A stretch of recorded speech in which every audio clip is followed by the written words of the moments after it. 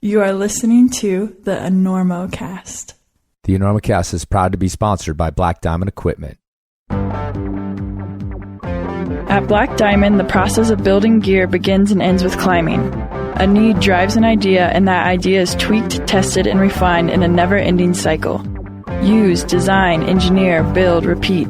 Guided by this philosophy, Black Diamond has been making equipment for the full spectrum of climbing pursuits for more than 25 years. From the boulders to the big walls and everything in between, Black Diamond makes gear and apparel you can trust when it matters. Visit blackdiamondequipment.com to check out the latest all-new gear, as well as a fine-tuned collection of apparel, and get the latest stories, photos, and videos on their blog, Black Diamond Experience. Listen, where are you playing in town? Are you playing here? We're doing the Normo Dome, whatever it is. It's terrific. Oh, it's yeah, big big house. place, sold that it out. side of town. That's a big nice. place. You sold What's it that, out. 20,000 I'll say. seats? We really should. Look, you better get up there before you panic. Those pens are loose. You're very good. I have really enjoyed climbing with you. We'll make it. I don't think so. But we shall continue with style.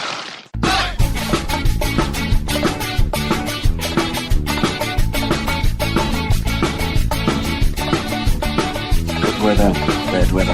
Now or later, anytime for climbing. Today's show is brought to you by Black Diamond Equipment, with support from Maxim Ropes. And now, La Sportiva has joined the Enormo Nation as a premier sponsor. And of course, don't forget Bonfire Coffee. Go to bonfirecoffee.com, enter Enormo at checkout to get a discount on great coffee and to help out the Enormocast. Please support all of our great sponsors and let them know that you love them. And now back to the show.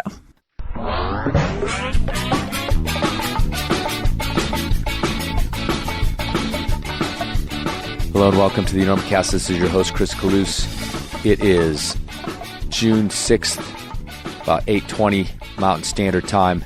This is episode 84 of the Enormocast, a conversation with German climber Daniel Jung. I believe Daniel is the first German that I've had on the show. Mayan was half German. And just, trying to remember 83 episodes. I can't think of any others. So that's a first for the Enormocast. I know I have some German fans. I've heard from a few of you guys. Sent some stickers out to Germany, in fact. So very rare, exclusive club. The Enormocast stickers running around Germany. So if you guys see an Enormocast sticker on another Audi, Porsche, Volkswagen, whatever you're driving over there, BMW, then you want to pull over and say hello because you guys are a very exclusive club. I'm not sure I get the Germans. I don't know. We'll see. Have a listen to this interview and you can decide whether I get on the zeitgeist or not of the German thing. Anyway, coming up in just a few minutes, Daniel Jung. And really, I don't have much else to tell you. I'm going to be in Lander next weekend, but by the time most of y'all hear this, it's going to have happened. Hopefully, we ran into each other up there. You stopped by the mobile studio, or maybe we had a drink at the Lander bar, whatever. Looking forward to that, heading up with the boys. HK, Hayden Kennedy's headed up there, along with Simon and Steve from the last listener mail episode. So good times will be had. They always are. A lot of times, those good times do, in fact, involve cattle. So you can make what you will of that statement. And really, that's about it, other than my normal spiel. Well, actually, not so normal spiel. I want to thank everybody who's donated to the podcast of late and of all time, actually. It really helps keeping this thing going. I have some sponsors, but the main support comes from listeners who get excited to kick down, which is really interesting because, an economist would tell me that this is a terrible thing to do, give something away for free and just expect people to give you money of their own volition, but it's sort of working, and I appreciate that. If you do want to donate, you can head to enormocast.com and click on the donate tab. There's also some other things you can do that don't involve handing me money. And if you want to click on the help out tab, those things are up there, which, involves writing some reviews on iTunes, subscribing over there, clicking on the Facebook page, that sort of thing. All that stuff helps me, I think. I'm not sure exactly how, but it does. I guess it gets the word out. We're still spreading the word about this thing. More and more people are listening. I run into more and more people who know the show, hear my voice, and say hello. the weird voice recognition thing at the crag. I've gotten kind of used to it now. Apparently I have a very distinct voice.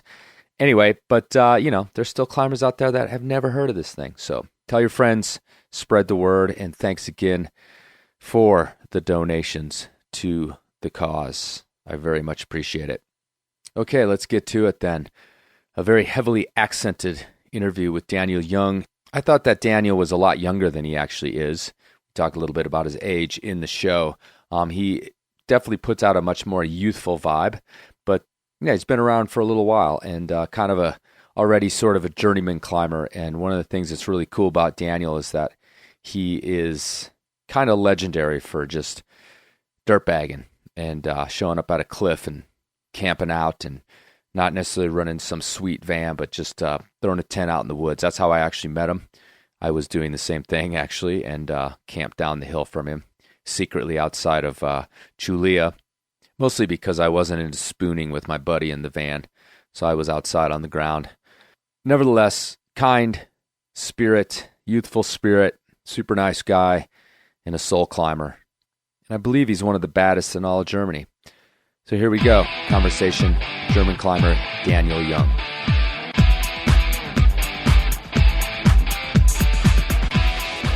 Hey folks, Sportiva is a proud sponsor of the Enormocast. And as many of you know, I've worn several models of Sportiva climbing shoes for years. And frankly, if I had to, I'd probably trade my firstborn for a pair of Miras. But I mean, he's only a 25-pound baby, and it'd be easy to just cinch him in the backpack. I'm sure it'll be fine. But this month, we are highlighting the new Genius, a shoe so haughty that it accuses chestnuts of being lazy. The Genius features the next-gen no-edge technology, so they come right out of the box ready to smear those non-existent dimples and divots on hard boulder problems to steep, techie sport climbs. And it turns out that a comfy fit does not mean performance loss with the Genius.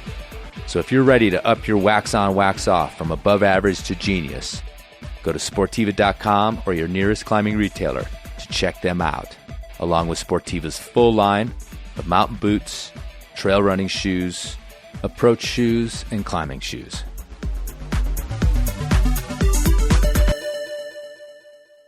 So this is take two. So I'm sitting here in the Hyatt Regency Park Hotel, something like that here in Salt Lake City, which is a little different than what I normally do here in Salt Lake. It's not OR, and many of you guys listening know that I do a lot of interviews at OR at the Roadway Inn or some other craptastic hotel. This one's high-end because I'm here for the, relatively high-end anyway. I'm here for the Black Diamond Rock Project weekend here in Salt Lake City, their event trying to kind of bridge the gap between the gym and outdoor climbing, and they put me up at the Hyatt, and it's like much nicer than the Roadway Inn. So I'm sitting here with German climber Daniel Jung. Daniel, how's it going? Really good. How are you? Good. I actually had to wake Daniel up from a nap to get him over here. I apologize. I'm going to apologize for that on air. No problem. Yeah. He's here for the Athlete Summit for Black Diamond, and he's sort of being like shoved around and put into these things. And I was just telling you, Daniel, you're, I think, the first person that's kind of been forced to come on the Enormocast by someone besides myself. So I appreciate you being here. Yeah, I hope you can enjoy the interview with someone that got forced to the interview. Well, we're holding your passport, so if you don't do a good interview, you're not getting home. Yeah. So just keep that in mind. So Daniel and I met a couple months ago in Julia in Spain. I ended up over there to climb with my friends and ended up down there and met Daniel at dinner and then hung out and climbed and camped near each other for the next couple days. So tell me a little bit about your trip to Julia this winter. Yeah, I had a short trip to Julia. It's only 12 days. Usually my trips are a bit longer. I really like long climbing trips, but this one was a short one, only 12 days. But I really enjoyed it because it was my first climbing trip since a while. Usually I do a lot regularly, but now I opened the business. I think we will talk later about that. So it was a really nice short holiday to a new area. I haven't been there before. I just heard a lot about it. Like you said, like old place. People climbed there. Maybe it got nearly forgotten. Then people start to build some new things, and now you could see pictures everywhere of Julias. And of course, I wanted to check the place because it looked like a super beautiful, amazing landscape. And we had a really funny time there. Nice. Yeah. Well, yeah, it's just remarkable that there's hundreds of walls in Spain, especially in northern Spain, which that's kind of right in the middle, but definitely up towards Catalonia. And it just sort of appeared back on the map in a way. And about a year ago, I just started hearing about this place. And I know a lot of Americans went there in the last year. So I just kept seeing it over and over again. And then arriving there was like 2 eras of climbing. Like there was the old stuff that was on sort of the vertical brown stone that was a little polished from I think it seemed to have been put up mostly in the 90s. And then this kind of resurgence, and they found these big steep tufa walls. But it's kind of funny to say they found them because they're literally right next to the other walls. But I don't know if it was just a style thing of the era where you stayed off of that and stayed on the super crimpy stuff, because most of that steep stuff is new. Yeah, that was a surprise for me as well, because the colonnades look very impressive, and the traditional crimpy routes, they are good, but if you're used to climb in places like Girona, they are just okay. They're nice, it's okay, but like not the high class crimp climbing as you find in Girona. Mm-hmm. But the colonnade climbing, that is really good. Right. So you have really big colonnades. You usually don't find that often. It's very spectacular, technical things. So I really liked it. Maybe they just didn't build it because it looked too futuristic for them. Or maybe there was some kind of vegetation at the bottom of the wall. I think a lot of them probably had a lot of vegetation on them, even on the wall, like vines and things. So maybe they just like didn't notice the rock underneath. Yeah, that's fine. So you mentioned that was a short trip for you, and that you're used to taking much longer trips, and the reason for that is that you have a business now. And where is the town where your business is? It's Siegen. Okay. Siegen. That means it's a German word for winning. For winning. So sounds like a good city. It's in the middle west of Germany, okay. More or less in between Cologne and Frankfurt. Okay. Like 100 kilometers to Cologne, 100 to Frankfurt, more or less. So it's like an area where, there's just one city in the middle. 100,000 people live there, and surrounded by nothing. Right. Yes, and this is the place in Siegen. I was born there. I'm still living there, and this is the place where all the climbers. We had some climbers, but we didn't have a gym there. No proper gym. So we spent a lot of time driving to other cities, to other places to rock climb, and so we thought this is the place to build our gym. Right, and you found this like really cool old industrial site to put it in, and that is it actually directly above the quarry? Because I saw the video where you guys are climbing, or is it near the quarry, or what's the story with that? No. The quarry is just a local climbing area, okay. But it's from our city. We have to drive every time, so this is like nearly 1 hour, 1.5 away. So we were lucky. We had the idea with the gym since a while, like already 10 years ago. Mm-hmm. We were thinking to put up a gym, and the idea to make a boulder gym will last 3-4 years, and then 2 years ago we were very lucky to get the connection to the owner of this super nice building, and the building wasn't in use for it was abandoned more or less like 20 years, maybe a bit more. So there was a lot of work. But at the end, we really liked the style, so it was worth to put a lot of effort in it. Right. So, and it's you and your brother own it.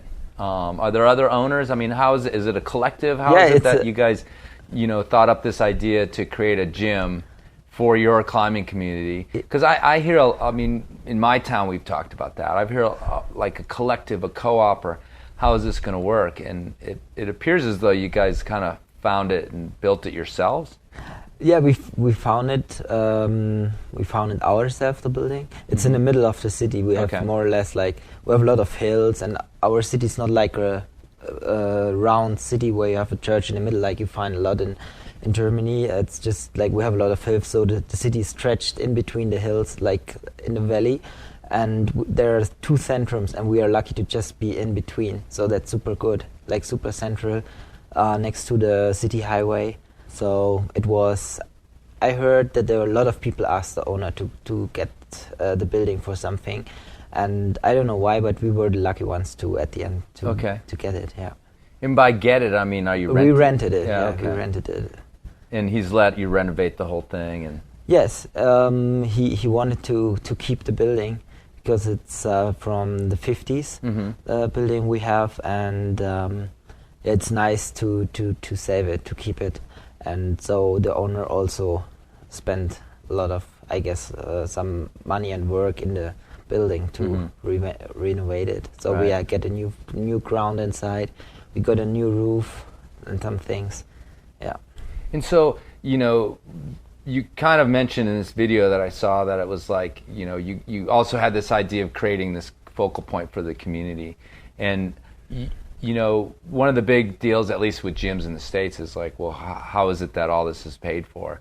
I mean, have you gotten enough support out of the community to make it a viable business? And, you know, your brother and you work there. That's one of the reasons you have to go home, and also the reasons you don't take these super long trips anymore. But is it working? You know, are people coming together to make sure that it stays in business, quote unquote? Yeah, we were very surprised. We just opened before Christmas, like in the middle of December. Oh, it's brand new. Yeah, it's brand new. Oh, okay. Everything is brand new, and we were very surprised how many. We knew that like the hardcore climbers that went to the rock every weekend, but there were like people we haven't seen before, just from our city came inside and said, "Hey, thank you for putting up a gym. We were waiting for such a long time." And this was something we didn't expect. So we thought we mainly will have like beginners. We have mainly beginners, but like there are a lot of people we didn't expect that already boulder a lot and climb a lot, and they just drove many hours to other cities to climb. So yeah. And you grew up in this town? I grew up in the town. Yeah. Okay. So it's not, it's a city. It's not a town. Well, city. So. But it's not one of these cities that we hear about in terms of a focal point for German climbing. So what was your beginning? How did you become a climber growing up in this town with no gym and maybe not in one of the great centers for climbing in the country? Yeah, there were 2 things. One was I was at a trade fair in Cologne. There was an artificial climbing wall. It was 92, very early, and I was climbing on that one. I really liked it. It was just like 5 minutes or something. I even didn't climb to the top. I just bouldered along the ground because there was no one to belay me. And but there was during that time no opportunity to climb in our city or around. So and then during family trips we traveled a lot with our parents in the mountains and southern France, and we saw climbers in Luxembourg. And so I got inspired by that. Okay. Then at one point there was a little wall from the Alpine Club. We heard about it, and then I started there. And my first goal when I started climbing there was to become a rock climber and to be able to climb the rocks in Luxembourg. And that's how I started, just training in a little woody, and then it gets more and more and more. Mm-hmm. Yeah. And you're in your teens at this time? How old were you about? I think 15. Okay. 14, 15. Right, so not super young, but... Not super young, yeah. We had the period we started like rappelling things, not real climbing. We thought climbing as boring. That was a bit earlier, I think. Right. We just were rappelling on ropes that weren't even climbing ropes. Right. We just had a quick draw and thought it's something like I could rappel with you, so we made the belay knot and just rappelled with a quick draw on a usual belt. Oh, right. Yeah. That's actually kind of a theme among a lot of people that come on this show, that they start climbing and just do all these stupid things that probably should have killed them, but somehow they managed to live through that period. We built our own harnesses. I don't know how you call it in the States, the jalousie that close the window. Okay, yeah. And this is a kind of sling. Right. Yeah, and we had this sling because it looked stable, and we stitched it together, And this was our first harness we used. And your parents were just like, have fun. Yeah, Don't they get didn't hurt. really recognize know what you guys were doing. Yeah. And this is you and your brother. Yeah, me and my brother. Right. Yeah. What's your brother's name? Marcus. Okay. And Sebastian. I started with my brother Sebastian. Yeah. Okay, you have 2 brothers? Yeah, 2 brothers, 1 sister. Okay, Yeah, cool. yeah. And your sister climbed? She climbs, as well. So you got the whole family, or at least all the kids climbing eventually. Did your parents join in? Oh, no. Okay. They tried a bit, but Right. didn't really. No, Right. they have other hobbies. Yeah. But they had a notion of going to the mountains and, Yes, and yes. vacationing and yeah, things also like the that. first years when when I started climbing, my brother started climbing. That was really good. I climbed a lot with Marcus, and so we went to our parents and said, okay, we have an idea. We want to go to southern France, and there's a very nice place like Fontainebleau, like Gorge du Tarn, Zuyus. These were all places we really wanted to go, and we combined it. So we went there with my parents. My parents drove down to the places. Mm-hmm. They were walking around, enjoying walking, and we enjoyed climbing. That was fit well. Wow, that works out really well. Yeah. Now, so you managed to like get away with rappelling on pretend harnesses and things. Yeah. But, That was there when we a started. point where your parents were concerned at all about this sport you guys were going into, or did they know enough to not be scared for you? Yeah, they were not scared. Okay. They liked it. Yeah. Right. I like that idea because it seems like you created your own little climbing community with your brothers and sisters, to sustain yourselves. But, did you start to learn about sort of the greater picture of climbing in Germany, and were there any of those people once you started to learn about the greater climbing that sort of inspired you or you aspired to be like in terms of the history in Europe or anything like that? Or were you like really in a little insulated moment where... No, I just, at first, just the climbers I saw on the rock, they inspired me. Mm-hmm. And then I was I started, as I said, in a small world from the Alpine Club. I was in a children group, and my goal was, I wanted to climb at least more than once a week, so they told me when I'm a good climber, I'm allowed to climb with the adults. So I just climbed every time a lot, and not only one day, training 2 hours or 1.5, I can't remember. And I thought, okay, when I go to the adults, they are really good in climbing. So I trained a lot to be able to climb with them. Then I was allowed to train with them, and then it was very disappointing because I already was much better than they were. I knew you were going to say that. That was actually very boring. And so you're allowed to move up to the greats, and they were kind of like, oh, well, this is a little disappointing. I'm better than all you guys. Yeah, but the good thing was because I climbed a bit better than them. They liked to take me to the rock. Okay, so cool. we visited a lot of local rocks, and we went to the climbing gyms in the other cities, and that was really good. Mm-hmm. So and then I motivated my friends. We went with the train to the bigger climbing gyms in Cologne, and every time I met a climber around, we just exchanged telephone numbers and stuff like that, so that I had the opportunity to go with a lot of people. What about when you? School runs through 18, same thing as in the States in terms of a bit longer. Okay, a bit longer. So tell me about that, like the transition to, all of a sudden it was going with your parents. They were taking you to places where you could climb. Then you're climbing with these other adults. What did it look like when you started to be able to climb and go on your own trips? Yeah, when I had my driver's license, that was something I was really looking forward to. Mm-hmm. The driver's license, to be able to go on my own trips. But also, already before I had the driver's license, I went with friends. They had a car, so that was really good. I really enjoyed the time. That was, first time free, going with friends somewhere. And things changed. So during the school holidays, we went with friends instead of parents. That was good. So tell me a little bit about like the great sort of climbing venues that you can tell me about in Germany. I mean, I've actually never climbed there, and I sort of know some of the history, behind like Bern Arnold and those sorts of people. But tell me about like the places you climbed and your favorite spots in Germany. Yeah, for us, the place to be was France. Okay. Of course, the sport climbing in France, the bouldering in France. So we went to first France climbing trip. How far are we talking? Like a drive or whatever? 1,000 to 1,200 kilometers. Yeah. So Fontainebleau, we did Fontainebleau, Gorge du Verdon, Gorge du Tarn, Suze in one trip. Okay. Like 3 weeks trip. So I knew everything, and then we went. That was with my parents, and after we went with friends to Gorge du Tarn, because this was just perfect for us. The, steep walls with jugs, long bolt distances, so that we really liked it. That was good climbing. I think that's good to start on because you have jugs and when it's steep, so we enjoyed it. And in Germany we visited just small stones. Most people don't like the local small stones, but for me it's still climbing and I really enjoyed it. And one place we climbed a lot was in Luxembourg, Berdorf. The sandstone. This was the place where I saw climbers for the first time, and this was the place I think I climbed my first 7A, I climbed my first 7C or 8A and stuff like that. We went a lot of times there during the weekends. Yeah, and we didn't knew much about climbing history. We didn't knew about Wolfgang Güllich. I just knew that he was a good climber because we had a poster of him hanging there.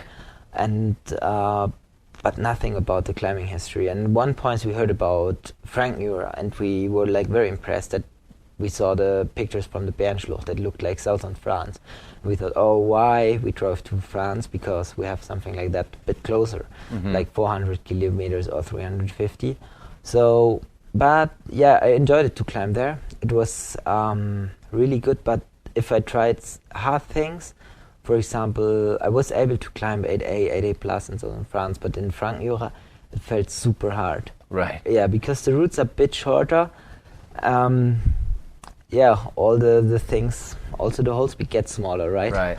And yeah, just super fingery, and I really had to get used to it. So, and the first thing I heard, I remember about Frank Muir, that there are only pockets, and I didn't like the pockets, so that's why we didn't went there in the first time. So I really start to really like and love Frank Muir in the last years. So I spent the last 3-4 years, I spent a lot of time there, because it's really good climbing. Right. Yeah. So you just mentioned that you don't like pockets. Can you, I mean, it's sort of a weird open question, but can you talk about sort of what kind of climber you are? Like, what motivates you, you know, are you boulder, are you sport climber, do you ever trad climb? What's kind of your style, or at least the styles that you like the most? Oh, yeah, I like everything a bit. Everything the same. I started trad because there were not many boulders in our areas. But then mainly did sport climbing, but I did a lot of competitions as well, and there was bouldering mainly. So I really like bouldering as well. I did some boulder trips, but was more into sport climbing a long time. Then I had some, during the winter sometimes I went bouldering. So like super mixed up. Then I really like trad climbing again. I went trad climbing, started a few years ago. Let me think. Yeah, because we have that place from the video, the quarry. There's really good trad climbing. There we went trad climbing some years ago, like 5, 6, 7, 8 years ago. We started trad climbing there again. And I'm also motivated to do long routes, in Norway or Patagonia. And there, of course, you have to climb on gear. Right. So I really like it. So have you been Everything. down, you're motivated for the future, or have you been down to those places? I was there already, Yeah. Yeah. When did you go to Patagonia? Oh, it was 2010 or 11, let me think. 2010, I think. Right. How'd that go? I won a competition and got some money, and I thought, cool, I want to go to South America for a big world trip. Yeah, and then I went down there, play spontaneously. Uh-huh. Yeah. Yeah, well, how was your success rate? I'm always curious when people go to Patagonia, if they get, there's either, the stories usually are about wind and sitting around a lot. Yeah, we were lucky. So when we arrived, total blue sky. We could go to the rocks there directly on the second day. And but the thing we tried, it was 8 route, not free climbed yet. I was there with Nico Fafres. Okay. And we tried to free climb it, or just went up and look how it goes.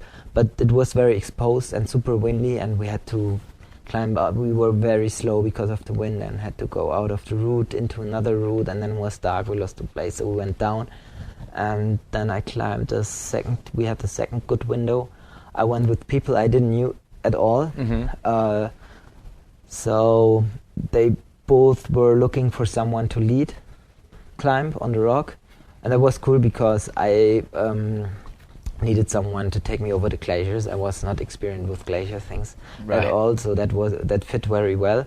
But didn't work so well. There was one guy messing up all the time the ropes and stuff, and it was not very organized. So we were very slow, and then we went down again. But for me, it was good. I didn't need to go to the summit. It was just a really good adventure. Sure. Yeah. That's pretty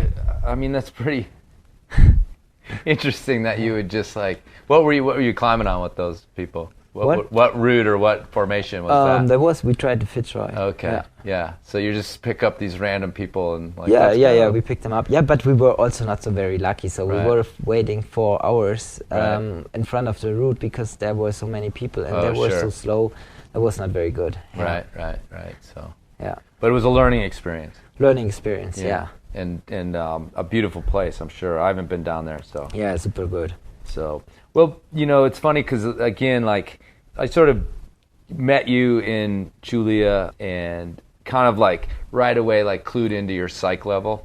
You were down there on this short trip, climbing as much as you could. You showed up without a car. You were sort of secretly camping up on this hillside and somehow had talked your girlfriend into doing that as well, which was impressive in its own right. And, so it's like this psych level, and that speaks to it too. Like, I want to go climb this thing. If you guys get me across the glacier, I'll lead the route, kind of a thing. So can you sort of talk about that attitude? It seems to be a theme in some of the media that I saw as well. Like, is that just a natural thing that you're born with, or is it something that climbing brings out in you? Or maybe it's not even, it's just something that other people see. Do you think of yourself that way? I hope I get the question right. But I think I was every time very excessive with what I did. So I was mountain biking a lot. So I went every day mountain biking and I wanted to push myself. And during the same time, I really like to be outdoor, like in the wood. Maybe also be on my own, just like pushing my limits, driving fast, up and down. And then I had a time I was skating. I was skating all the day with my inline skates, like jumping things and grinding rails and stuff like that. So that was a bit more exciting. Yeah, a little bit, I wouldn't say adventure, but it was very exciting sometimes because you were not allowed to fall, because when you fall, then it hurts. So it's a bit something like tread climbing, or it's like tread climbing, because sometimes you do things you're not quite sure if you can do it, and you have really to think about it. Do I want to jump down there or not? I'm able to do it or not? So that's I liked it. So, and then when it was just very excessive all the time. And then when I started climbing, I had like the opportunity to spend a lot of time in the nature, being out there and climb. It's challenging myself, and I really liked it. That's the thing. Climbing has so many different aspects. Why I like it. So, and one thing is boring, I go for another thing. So that's also when I choose my project. Maybe one time I do a long endurance route in Spain, and then I go home and I go for a bouldery short route in the Franken Jura with only pockets. Right. And after that I go bouldering in local cave, or maybe go for a cycle block trip to Mallorca. So it's every time something else. Right. And your brothers and sister still climb?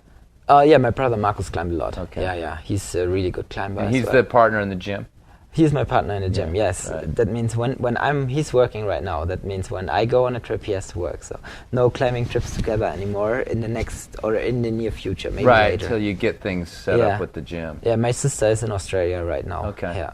So, thinking through this idea to build the gym, right? How was that in your thought process of do I want to commit to this thing that's going to take my time, or were you easily kind of inspired to do this gym and just just not worry about that sort of thing? I mean, was there a discussion about that? No, I know when I open a gym, if I have the opportunity, it's something not everybody can do. So there are a lot of aspects that has to be right, and so everything was positive from every direction. So I just was happy to open the gym, and I knew that it's a lot of work. I put a lot of work inside to prepare everything, to get everything right, and of course now it's a lot of work. Yeah, because some friends of mine, they have gyms as well, and they say, Daniel, that will be a lot of work, and I was prepared, and I think it's not that bad. Right. Yeah,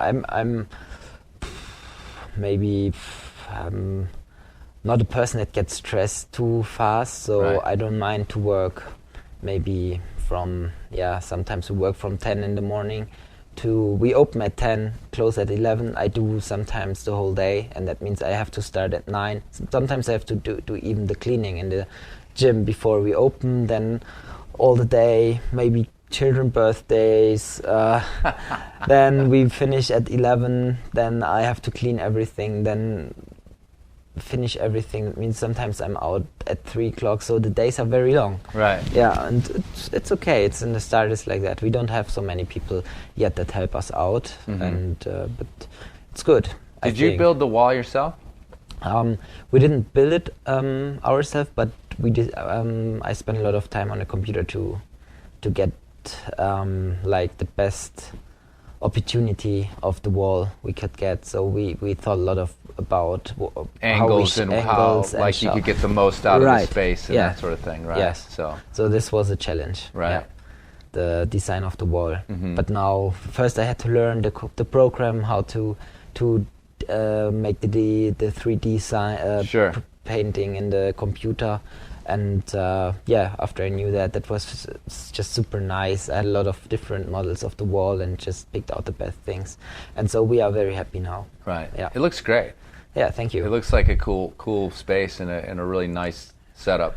Yeah, the way it's set up. So, well, I mean, the reason I'm kind of coming back to that is because, I talk to a lot of these climbers who either, spend all their time. They didn't necessarily go to university. Did you end up going to university? Yeah, I went to university after school. That was my big goal, because all my friends were in university, and for me it was very important, because then you have the long holidays.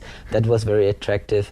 And on the other hand, I really wanted to be a teacher, because I was doing climbing classes, like teaching people to climb, and so I thought, okay, that's something I have fun.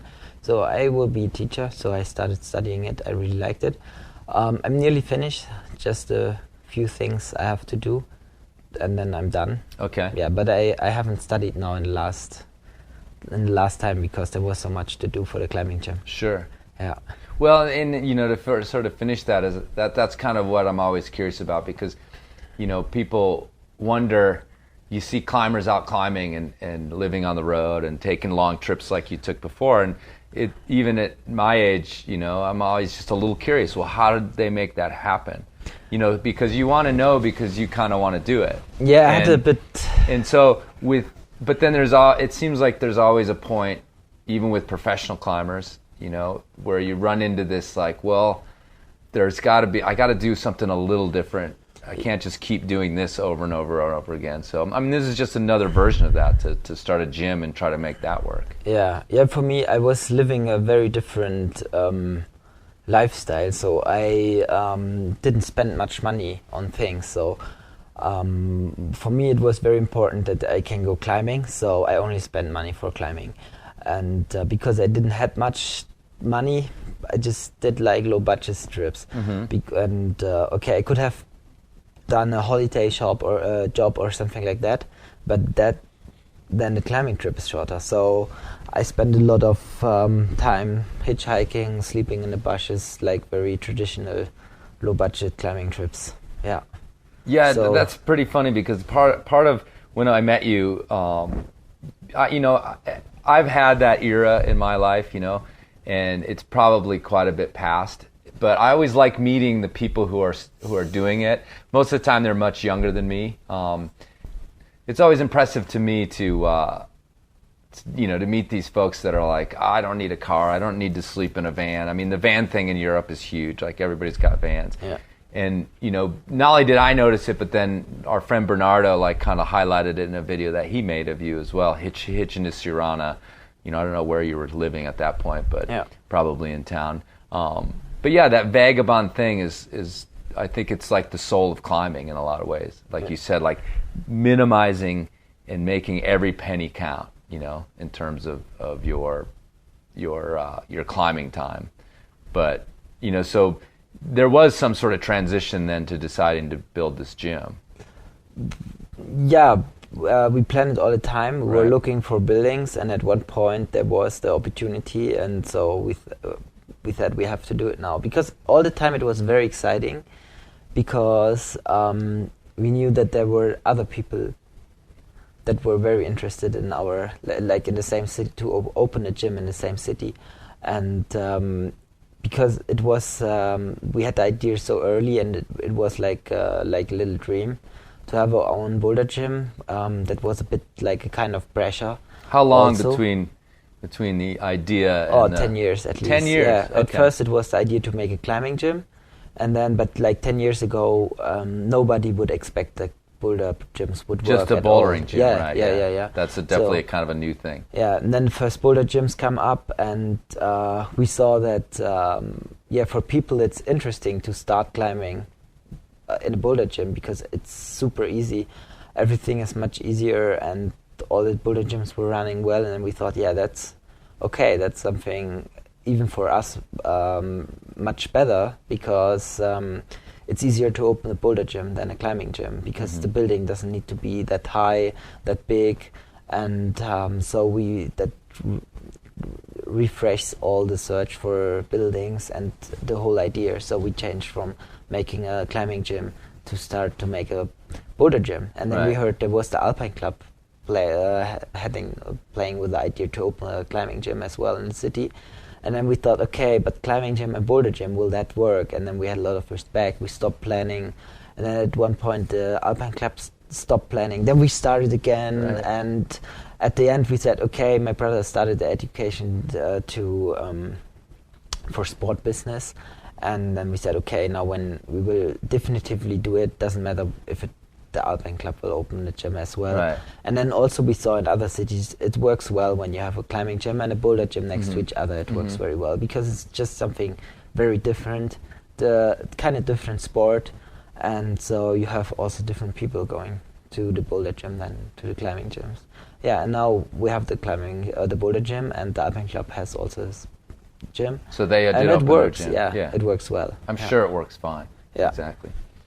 Cool. Well, let me switch a little bit to your climbing, because I don't think a lot of folks, at least that listen to this, primarily in the States, are super familiar with your climbing career, or probably even who you are. I had a vague idea, and I pay attention. You know what I mean? But there is definitely this split in terms of our media, between American, or at least North American athletes, and in all but the super famous kind of old school European climbers. And a lot of times not that you're super young, what did you say, you're 30? Yeah, 31, yeah.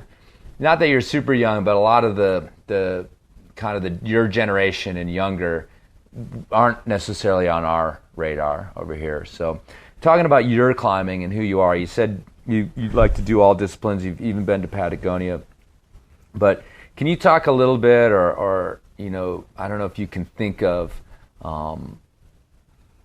some climbs or some climbing moments or anything else that you think maybe, I asked this of Sonny, I asked this to Sonny Trotter recently, like, if you were going to write a memoir today, like, what climbs would, be a chapter, at least, warrant a few pages talking about, like, not even like your hardest climbs, but maybe over your sort of career as a climber?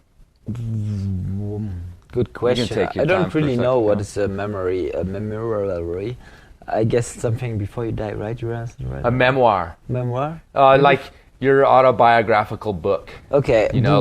book of the story of your life that Yeah. you'll write when you're 80, and you're a super famous climbing. You're like the Wolfgang Gulick of the future and your publishing companies demanding a book?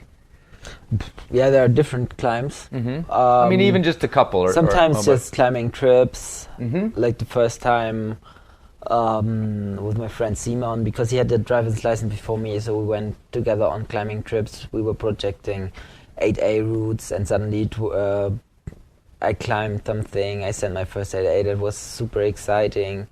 Or when I tried, of course, it's every time you try something because there's the grade and you want to get a step higher, even if it's a bit stupid to just focus on the grades. But during that time, we were a little bit like that. So one day I wanted to be a good climber. That was the goal. And I wanted to reach a high level.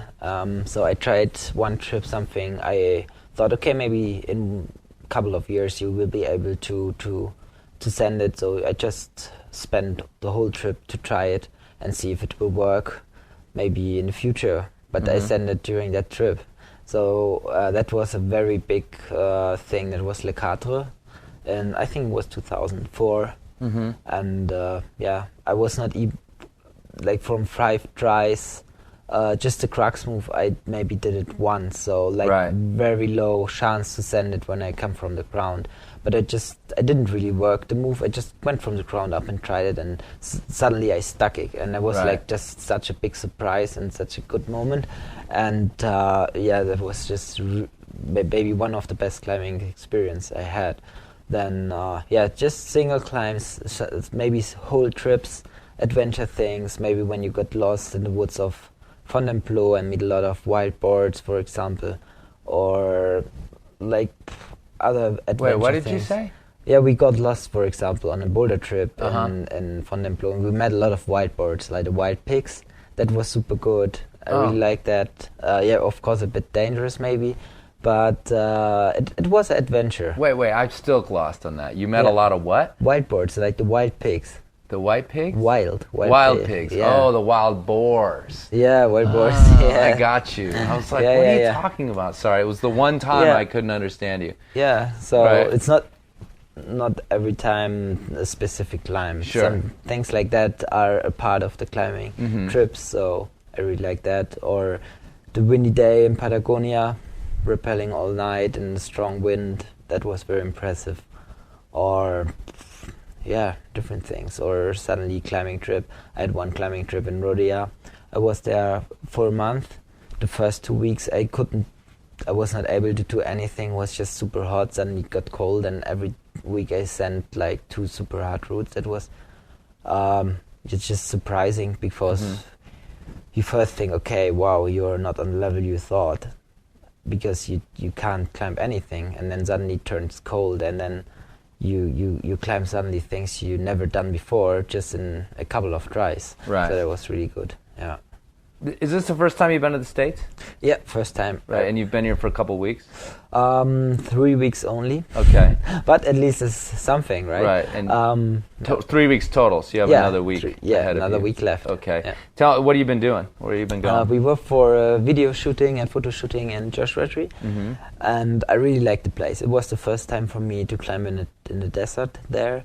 And it's a very historic place in the States, and I guess some routes are very old. And I really liked it. Tough grading, really quality climbing. I really liked it, even if the flakes are sometimes a bit loose, a bit adventure. It's not the typical sport climbing. Right. So I really liked that the rocks were clean. There was no chalk on it. That's something I really like, because when I see a rock with a lot of chalk or tick marks, for me the rock doesn't look attractive anymore. It's just like dirty, and I'm not very motivated. It's more or less than climbing just in the gym. You know what to grab every time. So I really like the climbing in Joshua Tree. It was clean, and even if the rock was sometimes a bit loose, I really enjoyed it. Yeah. Would anything stand out route-wise? I did in Joshua Tree. Yeah, we just climbed what looked good. So to be honest, I don't know any name. I don't know the grades. Yeah. Just walking around. Just walking around climbing things. Oh, cool. Yeah. That's pretty awesome. Yeah. And then you drove up to Salt Lake City. You've been climbing around here. Yes, we were in Little Cottonwood. Really good bouldering. I really liked it. The granite. the first time since a long time that I was bouldering on granite, and I really enjoyed it. Yeah, I hope I will go back on Sunday. Oh, cool. Yeah. I'm always curious about the cultural sort of gap, and between whatever Europeans or anybody else in America, we have a lot of conceptions about what Europeans are like, and you guys have a lot of conceptions about what we're like. Yeah. Not just our cultures in general, but our cultures as climbing. So has there been anything that's like stood out to you in terms of maybe something you didn't expect, or something you expected that was wrong, or something like that coming over to the States? But I was surprised that I guess a lot of people boulder in Little Cottonwood, and the boulders, especially the easier ones, they were clean. There was not too much chalk, that there were no tick marks. And when you see sometimes pictures from the European places like Cristiano or Fontainebleau, but more Cristiano and Magic Wood, there's so many chalk, there's so many tick marks, and this is like, I thought it's would be worse in the US, but it's not. It's clean. That's something I was surprised. Huh. Yeah. I wonder if that's an ethic here. I don't climb up there, so. My theory was all the time, because people watch there are not many European climbing movies, only the American ones, and you see the guys climbing hard stuff. They have the tick marks and so on, so they start to tick mark and do things like that in Europe as well. So I thought, okay, it's an American thing with the long tick marks, but it's seems to be a European thing. Yeah. Well, I like I said, I'm surprised even that in Little Cottonwood that there's not a bunch of tick marks. Yeah, you're surprised. Okay. Yeah, so there must be some sort of ethic or culture of trying not to have tick marks up there. Yeah. Because it's not unusual in the States to have tons of tick marks. Okay, I haven't seen everything. I just saw a few places. Right. I saw also boulder with tick marks, but the guy who finished the boulder, he just brushed them off and went away, just like it should be. Right. Perfect. Yeah. Yeah. It doesn't seem like it would be that hard to brush your tick marks off of a boulder. Yeah, a lot of people just make the big tick marks and go away and leave them. Yeah. Yeah, and that bugs you. That bugs me. Yeah, then it looks just shitty. Yeah. When I want to have to climb the boulder is one thing. But just 50%, like the other 50% are figuring out where to go, what to do, and if someone just tells you what to do, it's not. Boring. Right. Yeah. It's just kind of a map to everything else. I mean, it helps a lot, but then you have the optical aspect. It just looks shitty. Yeah. So what's on the plate then? You got one more week here? You're gonna go back to Little Cottonwood on Sunday. Yeah, Little Cottonwood on Sunday with the rock project here. We will clean up some things, and you're gonna pull graffiti off of. Yes, one that's area really up there. cool. I haven't seen any graffiti yet, but I already pulled graffiti off some rocks in my place as well. Oh yeah. Yeah.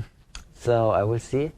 And next week we go in the desert to climb some cracks, some towers. That will be really nice. Looking forward to it, because I heard it's very unique, very special. Don't take a look at the grades, because everything can be hard. It will be nice. Yeah. Yeah. So what's on your tick list, tower-wise? Tower-wise, I don't know any towers. I guess we just drive there, see tower, and go for it. Okay, sounds good. Oh, but we go with JT. I think he has a plan what to do. Oh, right. He'll show you the best. Yes. The best of the best. So, I mean, hopefully you'll at least do Castleton. Has that been muttered at all? I don't know any names. My first time here. All right, well, tell him you want to do Castleton. Yeah, okay. Maybe. If you've never climbed in the desert, then it's like the iconic tower. You have to go climb Castleton. Okay, Whether you climb an easy route or a hard route, doesn't matter. You got to climb Castleton for sure. Okay, so good. He'll know. If he doesn't put you up Castleton, I'll have a word with him, because that's ridiculous. Okay. You got to go down there and climb that. So I haven't climbed in Germany or even in sort of Northern Europe at all. Is there anything you would sort of want to tell me or someone coming there about what to expect from sort of German climbing culture? Oh, good question. Or if I was everything is different, because everything is a bit closer to each other, and you have your different themes. Everything is a little bit different. The ethics even are a bit different from crack to crack. What you do, what you not do. Some people want to have the rocks just for themselves, just local people, so they don't like other people to come. But I guess it's the same here in the States. Yeah. Right. Yeah, maybe the same, maybe different. I haven't seen enough here in the States. Oh, okay. Yeah. Yeah, well, I mean, even not going by comparison. Yeah. But let me rephrase the question. So, Yeah. if I was like, dude, I'm coming to Germany, where do I need to go? Where you need to go when you go to Yeah. Germany? I guess you would. One of the places would be. Maybe we start with the roots. That is Pfalz. That's where Wolfgang Güllich starts. Mm-hmm. Then go to the Frank Jura because there he continues. And because in the Frank Jura, you have all the classics. You sometimes still see the red point, Kurt Albert marks on the rock. Right. That's really cool. And of course, Saxony, even if it's old school climbing, very specific climb, like protection only with nuts, no camelots or stuff is allowed. So you only climb with slings and nuts in a beautiful landscape in the Saxony. And then basically you have seen the biggest areas. Mm-hmm. Yeah. So the Frankenjura, I sometimes get confused. Is that also, I mean, is that a mix of sort of bolting and also some of the old school stuff? Like, or is that, I mean, is that where action direct is? Yeah, Frankenjura is where action direct is. Yeah. There's chasing the plane, chasing the train, hitchhike the plane, I think. Right. You know where, I think it's from John Bacher. Oh shit, I should knew the history. Probably. Know the history. Yeah. So this is the place where all the classics are. Mainly they are bolted, Mm-hmm. but there are some tread stuff as well. In Germany we call the tread climbing clean climbing. Okay, clean climbing. Yeah. Sure. But I think What is it in German? clean climbing, we call it just clean climbing. You We use use the English words. Yeah. Okay. Yeah. Gotcha. I Not Klettern, think not some sort of- most things are bolted. There's a little movement of people just started to tread climb there again, Mm-hmm. but you can nearly do everything like on bolts. Right. The bolts are a bit like far from each other sometimes, but it's a part of the game. Right. Yeah. So, and you of course you recognize the tough grading of the historic routes. Sure. Yeah. Yeah, what's up with that? It's the same here in the States. Yeah, it's the same in the States. Yeah. I don't know. The grading could just kind of slid over time. It's just like quality climbing. Right. Yeah, it's very interesting, I think, because people like the low grades routes, right? Mhm. So they go to the 8A database on the internet, just check, okay, which route has the most ascent, and this is the route they go for because they think this is the best route. But for me, for example, when I go to a climbing trip, I check out, of course, for me it's interesting to see what time people climb the hard routes in that area. But when I go to that place, usually the routes that has a lot of ascent, has a lot of shock. And if it has a lot of shock, it means like it got maybe tried a lot from one person. So you check it in the 8A database. If there are a lot of ascents, it means like a lot of people can climb it. That means like it's easy climbing. It's like low quality climbing then for me because everybody can climb up. So I prefer the things that have less ascents. Okay. Yeah, I go to rock, look what is nice, and then I go for it. Now let me ask you this though: is that something that you've grown into? I mean, you talked about going on your first trips to like look for the grades you wanted to kind of check off. Yeah. Because I think that's a really good attitude, and I try to have that same attitude, you know, and not be worried about the grades. But I also feel like in some ways it's a mature attitude that maybe, you know, you sort of grow into, or were you always this person? I think I was every time like that because when Right. we went to the Frankenjura, my friend said, "Oh wow, this is a classic. You have to do it." And I said, "Yeah, but it looks shitty. Even if it's a classic, it means nothing to me. It's Right. not interesting."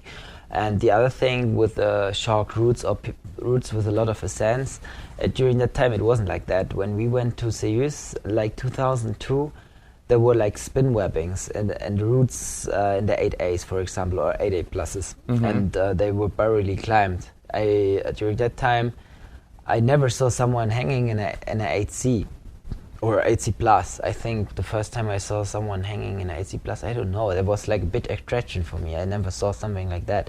Now everything is very different. You go to Seus, for example, and you see the people, like there are 6 people staying in a row waiting to climb 8A, 8A plus or 8C. So Right. it changed a lot. Yeah, when we started, of course there were the classic routes, but all the routes maybe have more or less the same ascents during that time. There were not that many climbers. And the climbers it seems like they've all gotten better. Yeah, you see it, you recognize it. Right. Yeah, you see a lot of people climbing now, 8A plus, 7C, everything, like up to 9A, a lot of people climb it. Right. Yeah. So you're starting to feel old. No, I don't feel old. I'm just kidding. Yeah. Sorry. Yeah, my second name is Jung, so I will stay. That sounds good. Yeah, any relation to this psychologist? Yeah. What? Any relation to Carl? No. Nowhere? No. Down the line? Oh, okay, sounds good. All right, well, thanks a lot for sitting down. It's been super fun, and I hope you've enjoyed it. And I appreciate you taking time out of this week. I know it's been crazy for you and tiring, and like I said, we had to pull you out of bed to come and do this. It's not a problem. It's just we went home late yesterday. Mm-hmm. I really enjoyed it. It's not tiring. Tiring sounds like boring, but it's not boring. It's really good for me. Yeah. Awesome. Thanks a lot, Daniel. No problem.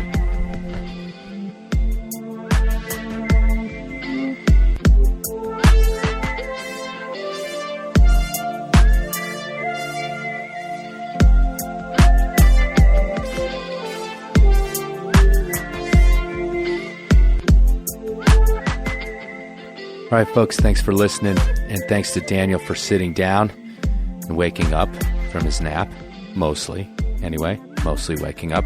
Thanks again for listening, everybody. Make sure and tell a friend about the EnormaCast, and let me know if you want some stickers. Send me an address to chris@enormacast.com. I'm mostly caught up. Well, that's not really true. I'm several hundred emails behind, but whatever. I'll get to you and your sticker request eventually.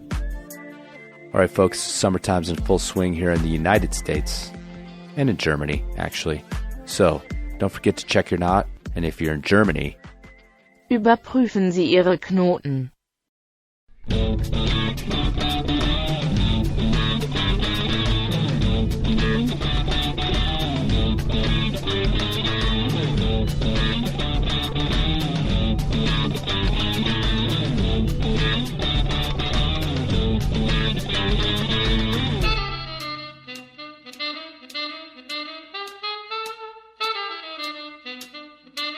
Now's the time our sprockets when we dance.